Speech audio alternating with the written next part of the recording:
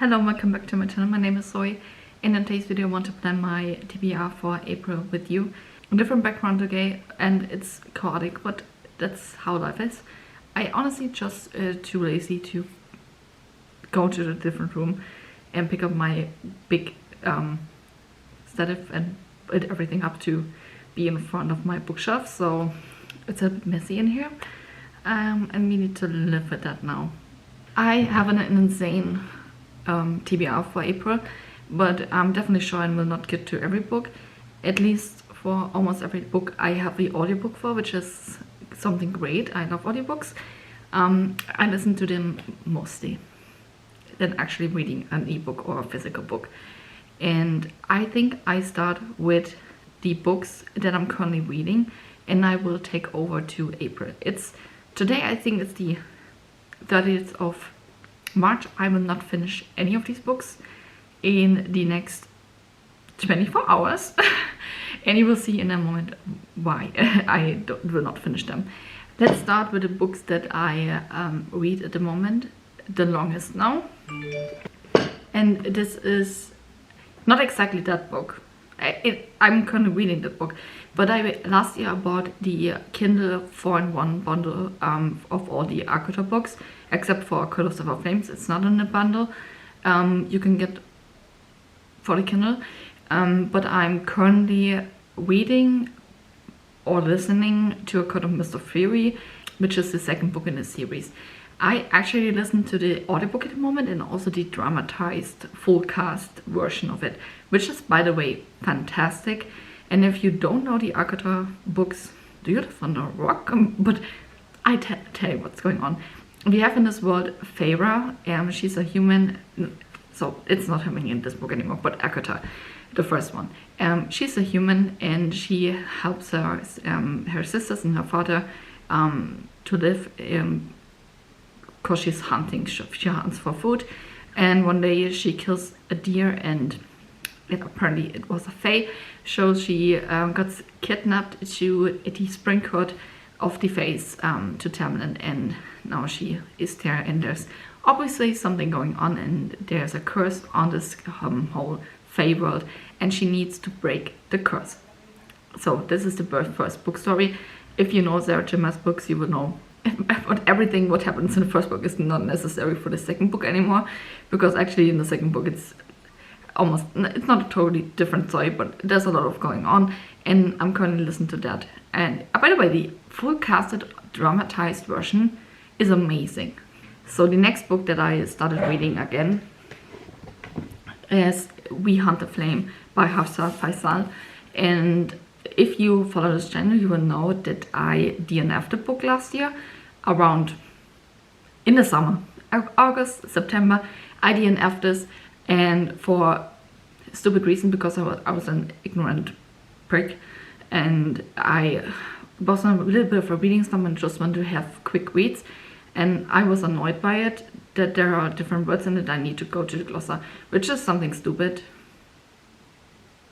Obviously, I know that, and I'm sorry for that, but this was the only reason why I DNF'd it, so it was a softly DNF'd, and now I'm reading it again. I listened to the audiobook version of it, and so far I'm loving it. We have Saphir, who's the hunter. I'll read you to the back, okay? Forced to disguise herself as a man, she risks everything to provide for her people. Nasir is the prince of death, a feared assassin who is forever bound to the command of his father, the Sultan. Both are legends in the kingdom, but neither wants to be. And when Saphir embarks on a dangerous quest to return magic to the suffering land, Nasir is sent on a similar mission. But as the journey unfolds, an ancient evil begins to stir. And I think I'm in the 11th chapter, so far I'm really enjoying it, but I have a slow start to the audiobook. Like with everything else, I'm a slow reader at the moment, because of uni, not because of the book, uni. A different book that I started reading is Chain of Thorns by Cassandra Clare. I'm currently in chapter 5, which is almost to the 100-page mark, and it's a thick book. And I just started because I want to get over with the series. So in the Last Hour series, we follow the children from the persons in the first, in the series before that, the Clockwork prince, princess, angel series. This one, we follow their children. So I'm not particularly a fan of this series. The only thing that I like about this series is that I really like the Dark Artifice series. And some things that happen in the Dark Artifice series, which is from the world the newest series. It's not the new, this is the newest, but from the date when it happened, the Dark Artifice series is more to this day. And this is in the midst of the Modern Instruments and the Clockwork Princess series. I don't even know how to explain it, but I like that in the Last Hour series and in the Dark Artifice series there are some things that are connected with each other, and this is fascinating for me. I really like Cordelia. This is the only reason why I'm continuing the series. I don't like, again, that Herondale is one of the main characters. I'm just annoyed by the fact I don't like the Herondales. I'm sorry for everyone who loves them. I'm not a fan of this family. And I'm so excited when I finally finish this book. I heard of a lot of disappointed readers, but I'm already disappointed by the Last Hour series, so I think I will be also, but this will be also again a 3-star for me. And I'm happy to finish the series, and I'm glad when I'm done with this whole work. I'm sorry if I upset someone who loves the series, but I'm just glad when it's finally over. And one book that I also started reading is Girl Crush by Florence Given. I already read her non-fiction book by Florence Given, A Woman Not Always Pretty, and I really loved it. And I got the German arc for this book. I have it in English here, but I got the German arc for it. Yeah, what happened in this book? So this is a book. I don't know how the description of the book will benefit the story itself, because I heard a lot of mixed reviews that the actually synopsis of the book is not that what happened in the book. So Eartha, her name is called like that, she's an artist and she lives together with a man, and she actually hates that man that she is in a relationship with and lives together with, and then because of some circumstances they break up. And this is how far I could find in the story. She's a bisexual woman. I think the whole story is about the sexual experience of her life, what she will discover, and also the feminist part, because Florence Given, I follow her Instagram account, she's like a rich and feminist, which is something I like. So I'm excited to see what happened in the book. And I got the German arc for it. A book that I also got a German arc for it, and I don't know why it was even a German arc, because the book is already out for a long time, even in English of course and in German too, but it's guided by Nils Schusterman. I'm not really far into this story. I'm not sure if I'm actually liking the story so far.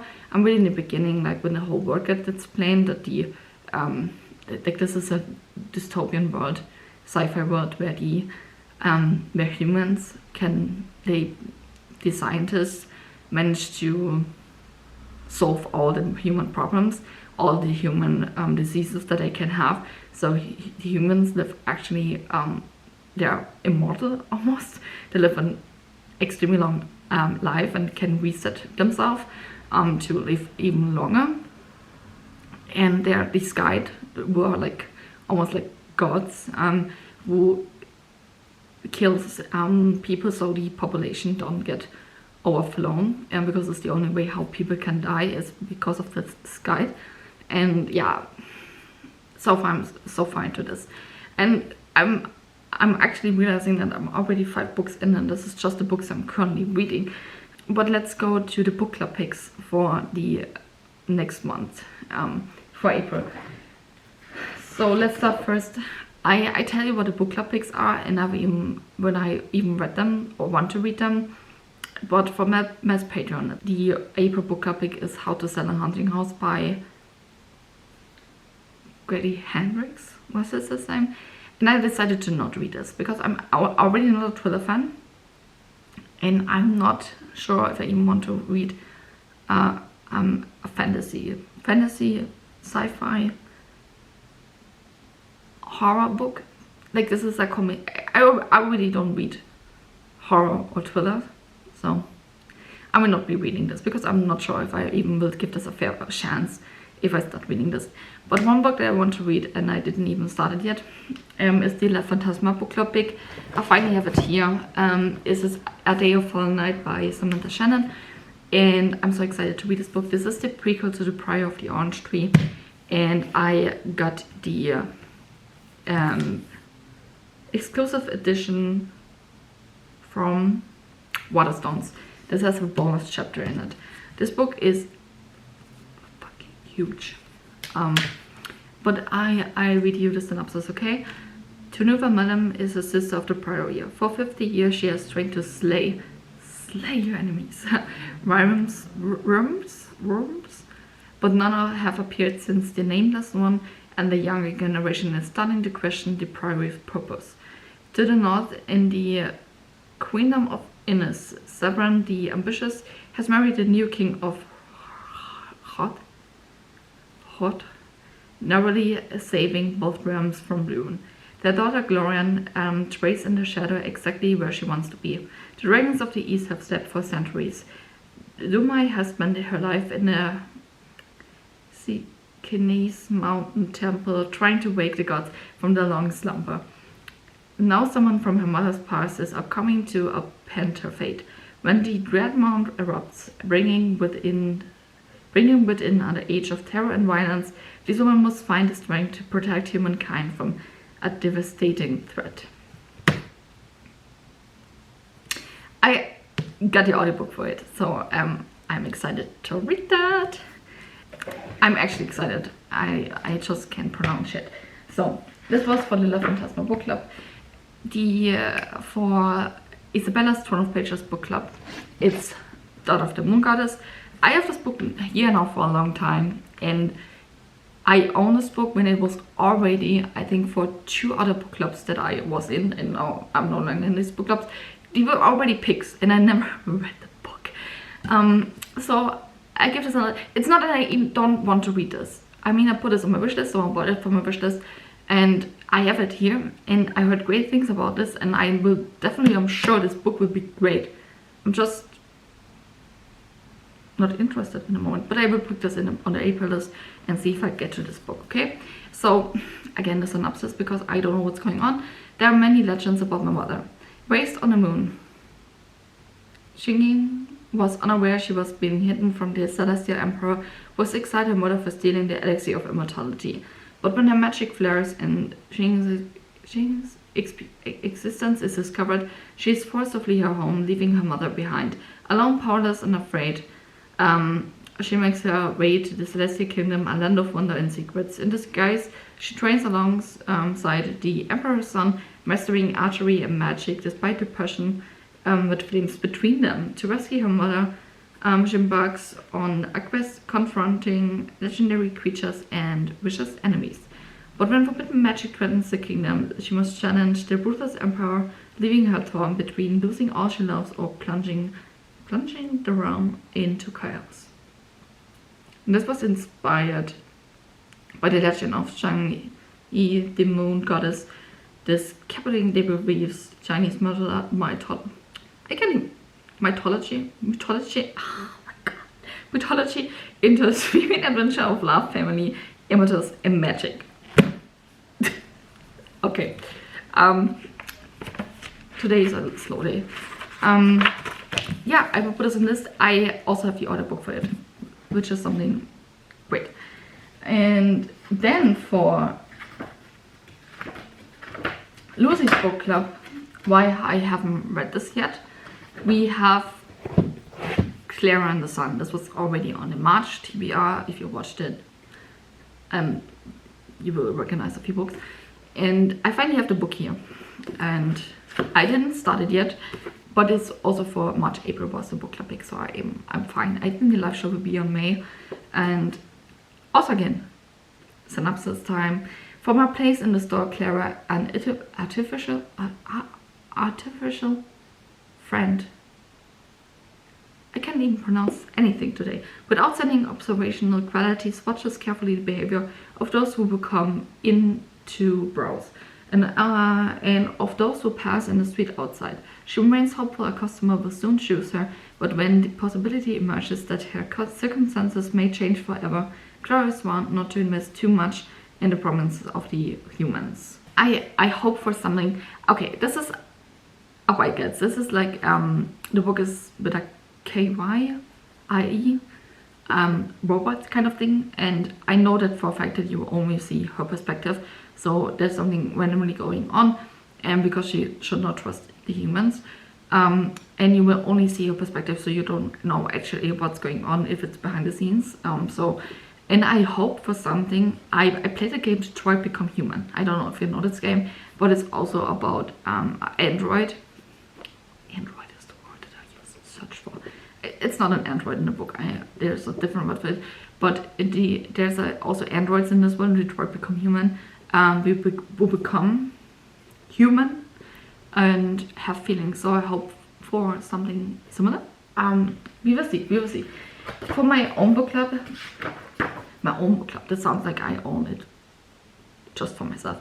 But the Kiss and Tell book club that I have with Jenny from Jenny Reads Maybe, Kelsey from Reading with Kelsey, and Dorothy from Taste from the TBR.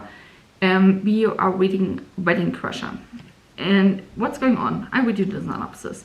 Just weeks away from ditching DC for greener pastures, Solange Pereira is roped into helping her wedding planner cousin on a random couple's big day. It's an easy gig until Solange summons upon a situation that convinces her the pair isn't meant to be.